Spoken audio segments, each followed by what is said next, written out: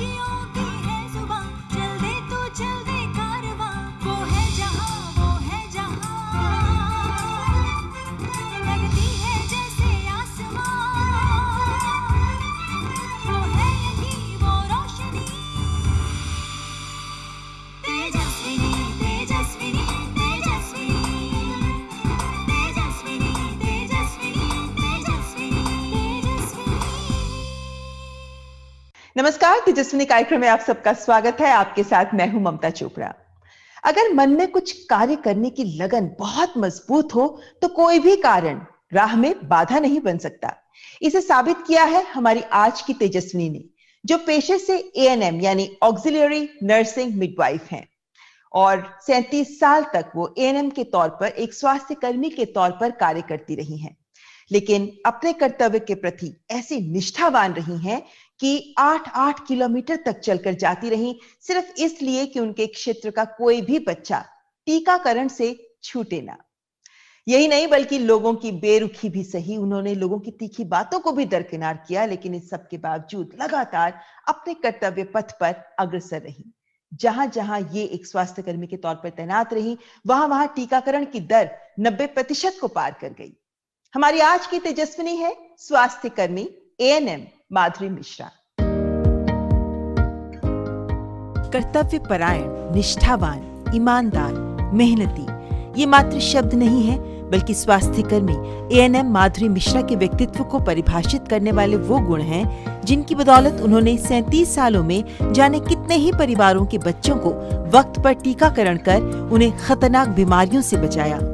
1983 में राष्ट्रीय टीकाकरण कार्यक्रम की शुरुआत के 5 सालों बाद एएनएम बनी माधुरी मिश्रा को आम जन में वैक्सीनेशन के प्रति अज्ञानता और भ्रांतियों से जूझना पड़ा। घर घर जाकर लोगों को जागरूक करने के लिए उन्हें 8-8 किलोमीटर पैदल चलना पड़ता था। वैक्सीन, करियर और अन्य सामान को ले जाने में माधुरी के पैरों में छाले पड़ जाते थे, लेकिन उन्होंने हार नहीं मानी।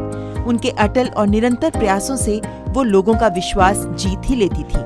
इसका परिणाम ये हुआ कि जहां जहां भी माधुरी ने काम किया, उन क्षेत्रों में टीकाकरण 90% के पार पहुंच गया। पिता के देहांत के बाद आर्थिक तंगी के चलते कपड़े सिलाई कर अपनी फीस के पैसे जमा किए, लेकिन हर संघर्ष से पार पाते हुए स्वास्थ्य के क्षेत्र में समाज सेवा के अपने लक्ष्य को हासिल भी किया और जिया भी। कोरोना काल में जिला अस्पताल में स्वास्थ्य सेवाएं देती रही और फ्रंटलाइन वर्कर्स और अन्य लाभार्थियों के कोरोना टीकाकरण में भी अहम भूमिका निभाई और अब सेवानिवृत्ति के बाद भी अपनी सेवाएं देने को तत्पर है। निस्वार्थ भाव से जन जन के स्वास्थ्य को समर्पित स्वास्थ्य कर्मी एएनएम माधुरी मिश्रा हैं हमारी आज की तेजस्विनी। माधुरी जी, बहुत बहुत स्वागत है आपका हमारे कार्यक्रम तेजस्विनी में। नमस्कार जी। आपने माधुरी जी देखें तो लगभग 37 साल बिताए हैं एक एएनएम के तौर पर, एक स्वास्थ्य कर्मी के तौर पर। आपने जाने कितने ही लोगों की सेवा की है। अब तो आप हाल ही में रिटायर भी हुई हैं। इन 37 सालों को मुड़कर देखती हैं तो क्या लगता है, कैसे गुजरे ये 37 साल? बहुत अच्छे गुजरे और बहुत सुकून मिला मुझे, और आगे भी लगता है कि मैं इस कार्य को करूं। अच्छा, यानी आपको संतोष महसूस होता है? बहुत से चेहरों पे मुस्कान लाई होंगी आप। हाँ, बहुत ज्यादा, बहुत अच्छा लगता, अच्छा लगा जीवन में। और अभी भी ऐसा लगता है कि मेरी हॉबी है कि नहीं, अभी भी मैं करूं और करूं और करूं। अच्छा, वैसे आप सब स्वास्थ्य कर्मी एएनएम्स, आप लोग तो हमारे वो कहते हैं ना फुट सोल्जर्स हैं, क्योंकि स्वास्थ्य सेवाओं को जन जन तक, दूर दूर के क्षेत्रों तक पहुंचाने की एक बड़ी जिम्मेदारी निभाते हैं आप स्वास्थ्य कर्मी। लेकिन आप एएनएम ही क्यों बनना चाहती थी? एएनएम इसलिए बनना चाहती थी कि मैं स्वास्थ्य सेवा करना चाहती थी, स्वास्थ्य से जुड़ना चाहती थी। तो जिंदगी में क्या कोई ऐसा कारण रहा कि आपका रीजन ये था रुझान इस तरफ रहा? कि मैं लोगों का, एएनएम को, लोगों को देखती थी कार्य करते हुए, तो मुझे ऐसा लगता था नहीं, मुझे भी ये कार्य होना चाहिए, ये कार्य मुझको भी करना चाहिए। लोग जाते हैं, मरीजों को ठीक करते हैं, दवाइयां देते हैं, तो इन चीजों को देखकर मुझे भी लगा कि नहीं, मुझे भी ये कार्य करना चाहिए, मुझे भी एएनएम बनना चाहिए। अच्छा, लेकिन आपका ये रास्ता आपने जो चुना ये आपके लिए आसान तो नहीं रहा। क्या कुछ दिक्कतें रही आपकी एएनएम बनने के सफर में?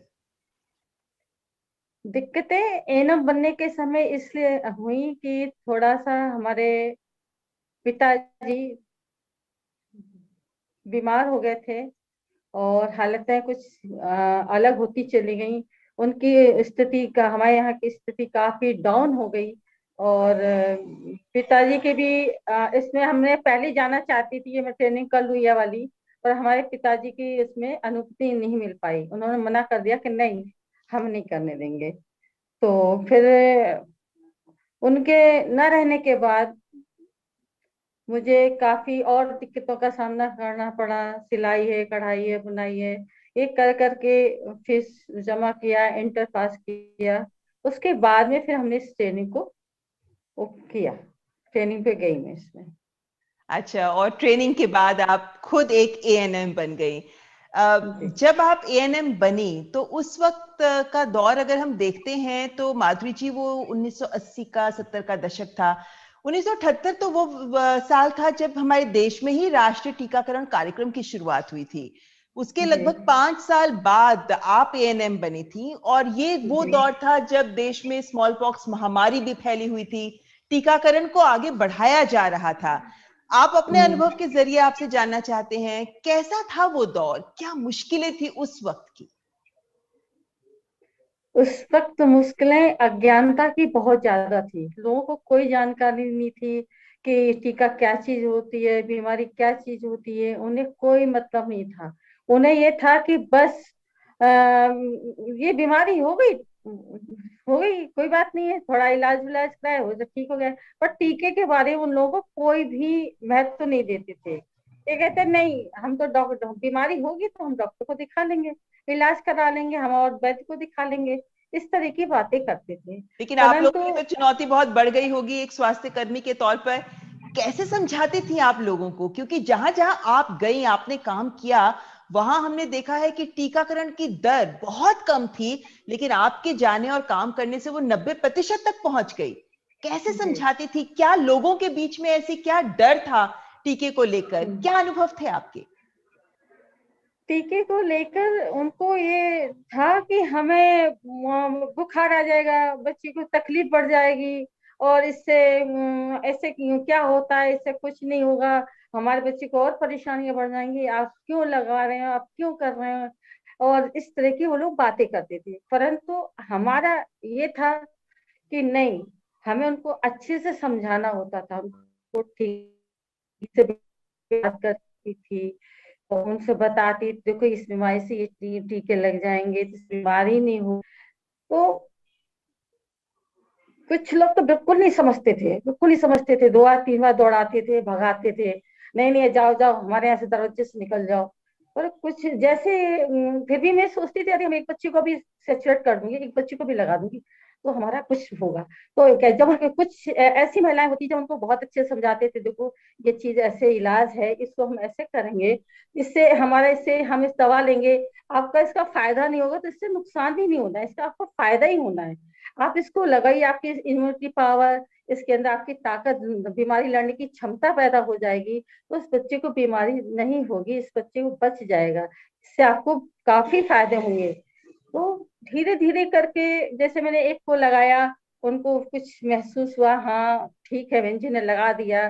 फिर जैसे उनको भुलाना होता था, मुझे थोड़ा सा उनको दिमाग को हिलाना होता था, भाई देखो हमने ये लगा दिया है। तो उनके दिमाग में जब तक ये होता था इन्होंने लगाया है, ये हमें फिर आगे तंग करने के लिए, तो उनको थोड़ा रिपीट करने के लिए थोड़ा वो कर देते, उनको थोड़ा ठंडे दिमाग को ले आती थी।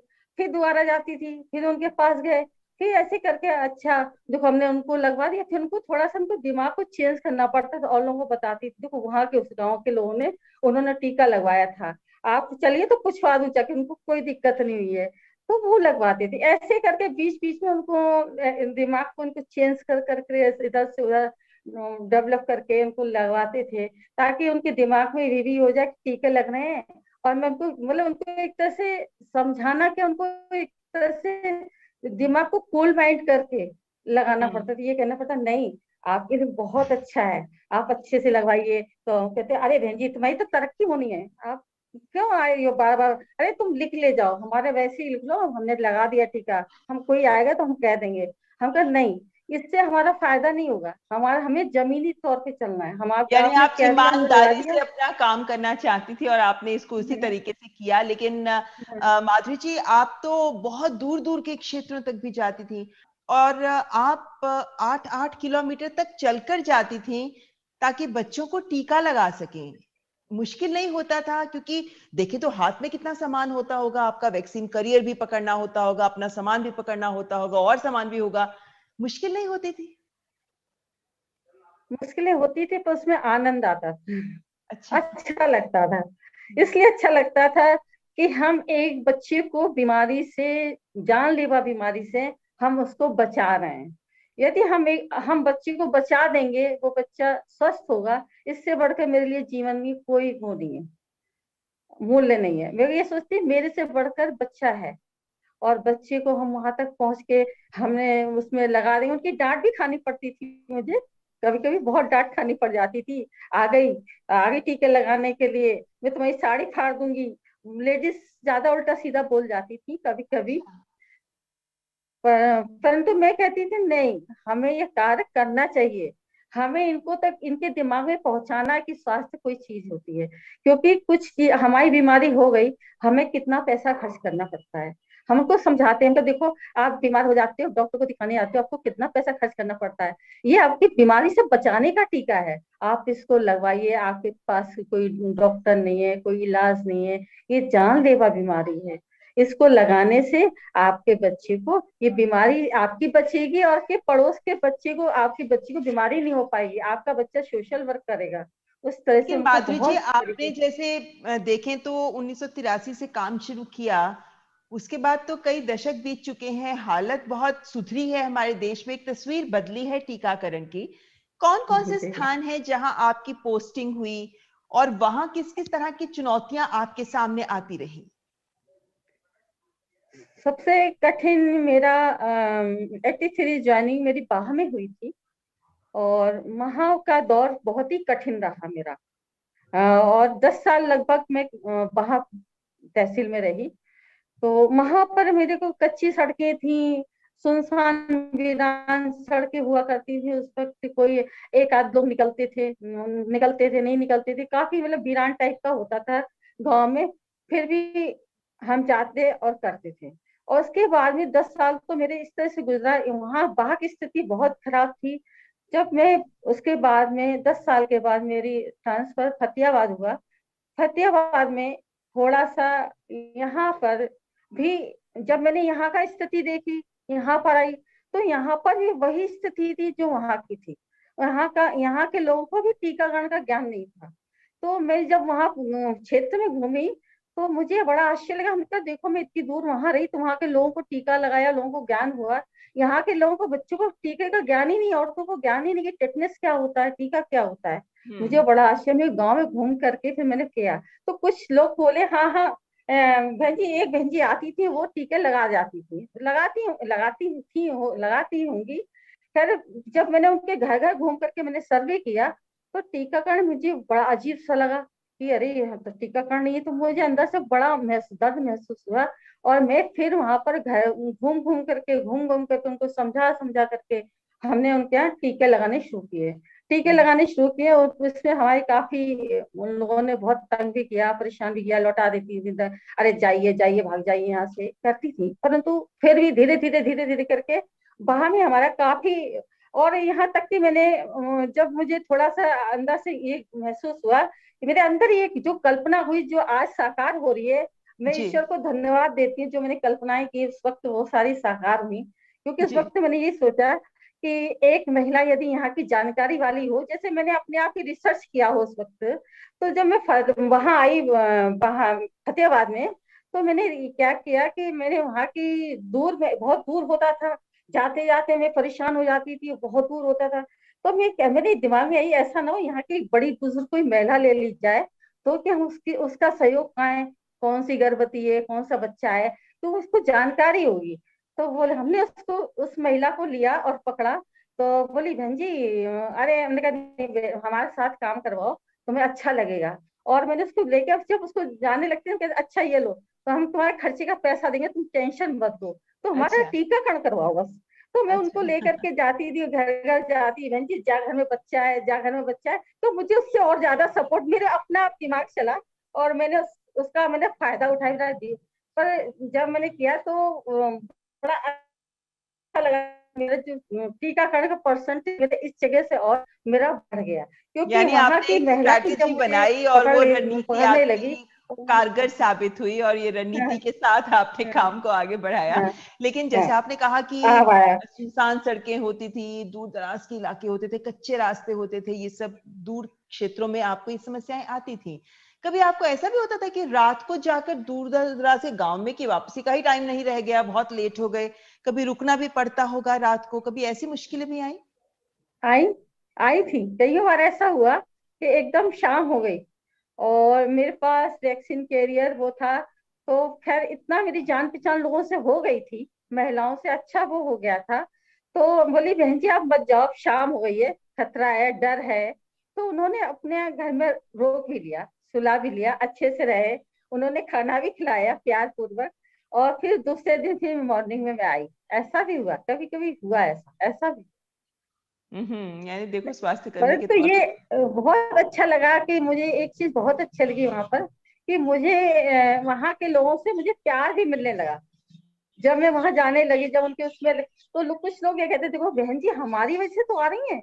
कुछ लोग, इनके दिमाग में ये भी सिंपैथी आने लगी धीरे धीरे, कि बहन जी हमारी वजह से आ रही है, देखो हम इतना चिल्लाते हैं, बाद में उनको हमारी जो बाद में जो उसका मिला। तो बोले यार बहन जी आपको हमारे ऊपर गुस्सा नहीं आती, आप हंसती रहती हो। तो उन्होंने कहा नहीं, हमारा ये फर्ज है। अच्छा, क्या बात है। आपको देखकर और महिलाएं प्रेरित नहीं होती होंगी गांवों की, कि हमें भी आपके जैसा बनना है, स्वास्थ्य कर्मी बनना है? उस वक्त तो वहां तक तो नहीं था। वहां में तो काफी रूढ़वादी लोग थे, घूंघट करना होता था। पर फतेहाबाद में कुछ लोग कहने लगी थी महिलाएं, कि बहन जी हमें भी अपने साथ में ले लिया करो, हम भी आपका कैरियर लटका लिया करें। बोलने लगी थी, यहाँ पे फतेहाबाद में कुछ लोग बोलने लगे थे, कहते हमारे लायक कोई कार्य हो तो हमें भी बताइए। इस टाइप की बातें होने लगी थी। तो ये चीजें यहाँ पर फतेहाबाद में आकर हुई थोड़ा। लेकिन ये यहाँ माधुरी जी, आपके का अपने परिवार पर भी क्या इसका कुछ असर पड़ा? यानी आप क्या अपने परिवार को वक्त दे पाती थी क्या? बच्चों को वक्त दे पाती थी क्या? परिवार से किस तरह का सहयोग आपको मिला? बच्चों को सुबह तैयार होके हमारा भागम भाग की जिंदगी रही। सुबह जल्दी उठते थे, जैसे 4 बजे उठ गई, जल्दी जल्दी नहाए धो, थोड़ा बहुत बनाया बनाया, खाया नहीं खाया नहीं खाया। तो ऐसा ही होता था। कभी क्या होता था, हमारा थोड़ा दो चार पराठे सेके या थोड़ी सब्जी बनी, भागते भागते जैसे होता है। कभी कभी तो टिफिन भूल भी जाती थी, खाना भी नहीं जा पाते थे, रास्ते में दिक्कत आ जाती थी कभी कभी इतना। तो वहां पे कहीं जैसे हुआ, मार्ग में कुछ फल अमरूद वगैरह मिल गए, इस टाइप की चीजें खा के रहना पड़ता था। कभी कभी ऐसा भी हुआ, शाम को लौट के आके आना, फिर आके बच्चों के लिए खाना बनाना, रात को 11-12 बजे सोना। तो लोग अच्छा। अड़ोसी पड़ोसी भी कह देते थे भाभी जी कितनी मेहनत करती हैं। ये बड़ी बताओ। तपस्या वाला जीवन रहा, वाकई कहना पड़ेगा। लेकिन आपके लिए ये कहा जाता है माधुरी जी कि आप बैठती नहीं थी स्वास्थ्य केंद्रों में, आप घूमती रहती थी, लोगों को बताती रहती थी, घर घर जाकर लोगों को जागरूक करती रहती थी। बहुत मेहनत का काम रहा ये, है ना? ये मैं मुझे ये लगता था कि मतलब किसी तरीके से हमें, एक तो इसमें कई चीजें टच हो जाती थी मेरी। एक तो मेरा टीकाकरण भी हो जाता था, दूसरा हमारी फैमिली प्लानिंग का भी जैसे होता था, गर्भवती माताएं हैं, वो ये है, तो उनसे हम टच हो जाते थे। जब हम गर्भवती माताओं के पास गए, उनको जानकारी खाने पीने की, ये खाना है ना, जब हम उनसे घुल मिल जाएंगे थे, उनके पास बैठ के उनके अच्छे से बात करते थे, तो थोड़ा उनके अंदर जो जो महिलाएं थी, उनको मेरे से अपनापन महसूस होने लगा था। हम्म। जी। चलिए, आपसे माधुरी जी बात यहाँ पर जारी रखेंगे, लेकिन फिलहाल वक्त तो चला है एक ब्रेक का। अब बने रहे हमारे साथ, देखते रहें तेजस्विनी।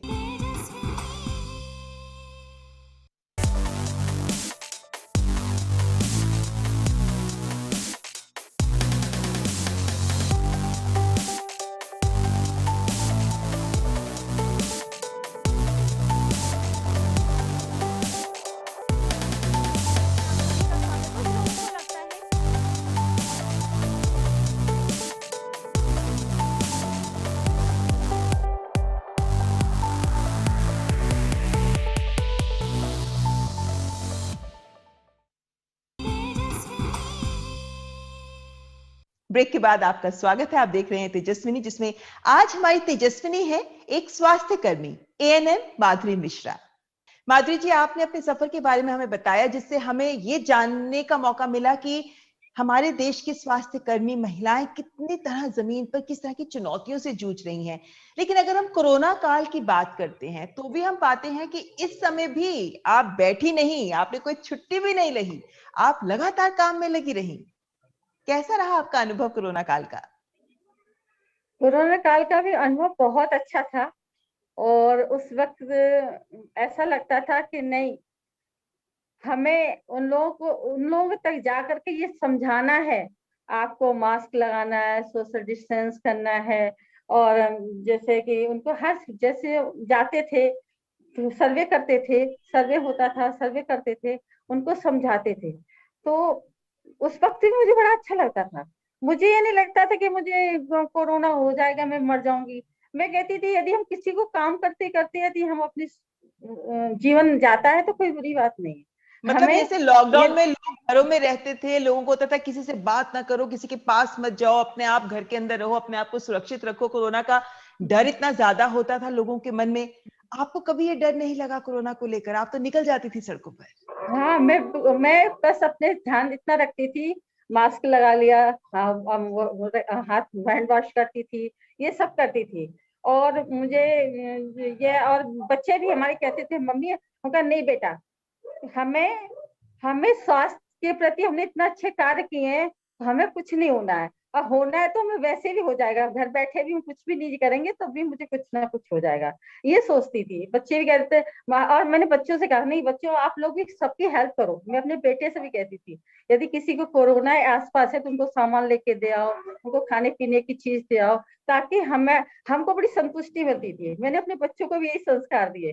लेकिन माधुरी जी, कोरोना के वक्त भी हमने देखा, जैसे आपने कहा इतने सालों पहले, 37 साल पहले भी इस तरह की भ्रांतियां लोगों के मन में थी टीके को लेकर। कोरोना के वक्त भी हमने देखा है कि कोरोना के टीके को लेकर भी भ्रांतियां लोगों के मन में, सवाल आशंकाएं उठ रही थी, तो उनका भी जवाब आपको देना पड़ा होगा। जी, जिसको मैंने टीके लगाए उसको मैं जगाती रही, जागरूक किया कि दूसरा टीका भी आपको लगवाना है, तभी आपको पूरा पूरा फायदा होगा। दूसरी चीज मैंने ये समझा, सोशल डिस्टेंस, मास्क, इसके बारे में बताया। और जब तक सेकंड डोज नहीं लग जाती है आप तब भी खतरे से बाहर नहीं है, हर चीज बताया। परंतु कुछ लोगों के दिमाग में भ्रांति आती है, नहीं टीका बेकार है, इससे ये नहीं है वो नहीं है। हम कहा नहीं ना, उसको बुखार आना है ना कुछ होना है, नॉर्मल इंजेक्शन है, कोई दिक्कत वाली बात नहीं है। आपने खुद भी तो टीका लिया है ना, आप खुद एक स्वास्थ्य हाँ, कर्मी हैं, पहले चरण में आपको हाँ, भी मैंने टीका लिया। लगा होगा। हाँ, मैंने लगवाया, 4 तारीख को लगवाया था। अच्छा। दोनों टीके मेरे कंप्लीट हो गए हैं। एक अच्छा, बहुत रिटायर्ड होने बढ़िया। के बाद हुआ, जी। एक, जी, जी, तो यानी आप दोनों टीके मैंने कह कंप्लीट। सकते हैं, वो जैसे हम नाम दे रहे हैं वैक्सीन वॉरियर, आप हाँ। कोविड योद्धा भी हैं और वैक्सीन योद्धा भी हैं। लेकिन चलते चलते आपसे जानना चाहेंगे कि कोई ऐसी घटना, कोई ऐसी याद आपके जहन में जो आप हमारे साथ साझा कर सकती हैं, जिससे लोगों को ये पता चले कि हमारे स्वास्थ्य कर्मी कितना बड़ा बदलाव ला सकते हैं किसी के जीवन में। एक बार मुझे याद है कि एक मैं फील्ड में टीका लगा रही थी। टीका लगाने के बाद मैं शाम को उसके दरवाजे से उसके घर के दरवाजे से निकलती हुई गई। और मैंने उससे पूछा, आपने बच्चे को टीका नहीं लगवाया? कि नहीं बहन जी, मुझे नहीं लगवाना है और कुछ नहीं होगा मेरे बच्चे को, आप बेकार की बातें कर रही हैं, आप जाओ। मैंने कहा ठीक है। हम कहा अच्छा ठीक है, आप नहीं लगवा रही तो कोई बात नहीं, दवा के पोलियो की दवाइयाँ वगैरह पिलवा लिया करो। कि नहीं अभी तो नहीं, अगली बार आएंगी तो हम पिलवा लेंगे, अभी हम नहीं कुछ करवा रहे हैं क्योंकि हमारा बच्चा परेशान होगा। हमने कहा ठीक है कोई बात नहीं। मैं वहां से चली आई। फिर दूसरे दिन वो औरत रोती हुई मेरे पास में आई और बोली, बहन जी। हमने कहा क्यों, क्या हो गया? कि मेरे बच्चे को तो पोलियो हो गया है, लकवा मार गया, मैं क्या करूं? मैंने कहा कि देखो मैं आपसे समझा रही थी ना कि टीके लगवा लो, आपने टीका नहीं लगवाया।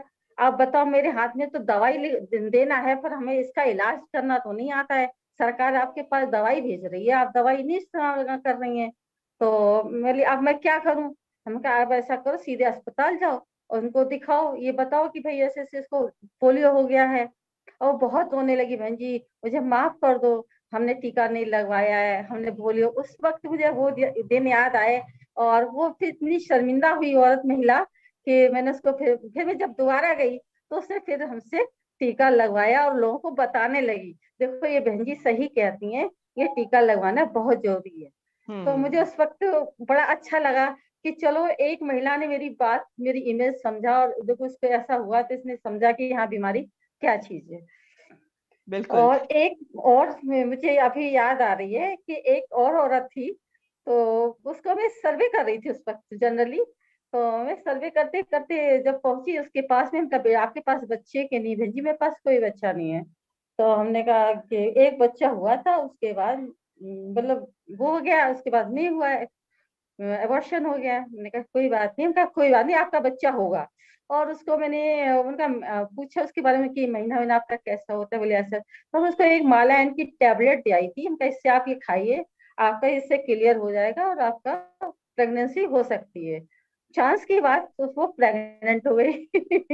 जब वो प्रेग्नेंट हो गई तो वो टीका लगवाने के लिए मेरे पास सेंटर पे आई, क्योंकि हम लोगों को ये बोल देते थे हर गांव में जाकर के, जिसका बच्चा छूट रहा है वो मेरे पास में आके, इसी में सेंटर में बैठूंगी, वहां पे आप टीका लगवा लीजिए। अच्छा। ऐसे आप सबसे बोल भी आते थे कि ये स्थान है यहाँ, वहां पे आप मेरे पास आओगी तो और अच्छे से सुरक्षित टीका लगेगा, बढ़िया टीका लगेगा। तो वो लोग, कुछ लोग आ आती थी मान करके, हाँ चलो वहां पहुंचे, फिर मेरे पास लोग आने भी लगे। तो फिर आई वो महिला आई और बड़े उससे बोली, बहन जी नमस्ते। हमने कहा नमस्ते, तो आपने मुझे पहचाना नहीं? हमने कहा नहीं, मैं वही हूँ जो आप मुझसे बोल के आई थी, आप दवाई दे के आई थी, आप मेरे टिटनेस का टीका लगा दो। मुझे इतनी खुशी हुई, इतनी खुशी हुई। मैंने कहा थैंक गॉड, ऐसी मेरे सबके लिए खुशियां बरकरार रखे तो मैं कितनी, जीवन मेरा धन्य हो जाएगा। माधुरी जी, आपने जाने कितनों का जीवन भी धन्य कर दिया है अपनी इस मेहनत की वजह से ही। चलते चलते आखिरी सवाल, देश की महिलाओं को आप क्या कहना चाहेंगे? आप खुद एक ऐसी महिला हैं जिन्होंने जिंदगी में आगे बढ़कर अपने लक्ष्य के लिए काम किया, उसे हासिल किया। महिलाओं को आप उत्साह के लिए क्या संदेश देना चाहेंगी? मैं उन महिलाओं से यही कहना चाहूंगी कि जिंदगी एक जंग है, जंग में कभी हार नहीं माननी है, हमें आगे बढ़ते जाना है, बढ़ते जाना है, बढ़ते जाना है। यही मेरा एक, हमारी जिम्मेदारी है, यही मेरी एक ताकत है। हमारी शुभकामनाएं आपके साथ हैं, क्योंकि रिटायरमेंट के बाद अभी भी समाज सेवा का भाव आप में बखूबी जिंदा है। आप इसी तरीके से अपने काम में लगी रहें, यही शुभकामनाएं हमारी ओर से। बहुत बहुत शुक्रिया हमसे बात करने के लिए। धन्यवाद। आज के इस कार्यक्रम में बस इतना ही। अगले हफ्ते फिर हाजिर होंगे, लेकिन आपके ईमेल्स हमें लगातार मिलते रहते हैं, जिनके जवाब भी हम आपको देते रहते हैं। तो आप यूं ही हमारे साथ जुड़े रहिए। ये एपिसोड तेजस्विनी का आपको कैसे लगा? आप हमारे साथ अपने विचार, अपने एहसास जरूर साझा करिएगा। हमारा ईमेल आईडी tejaswini.ednews@gmail.com। तो अगले हफ्ते फिर होगी मुलाकात, हाजिर होंगे एक और तेजस्विनी के साथ। नमस्कार।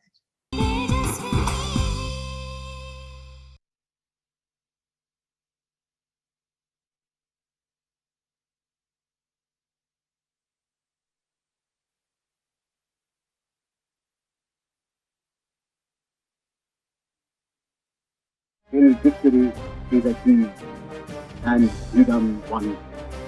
Inqilab Zindabad. Azad Hind Zindabad.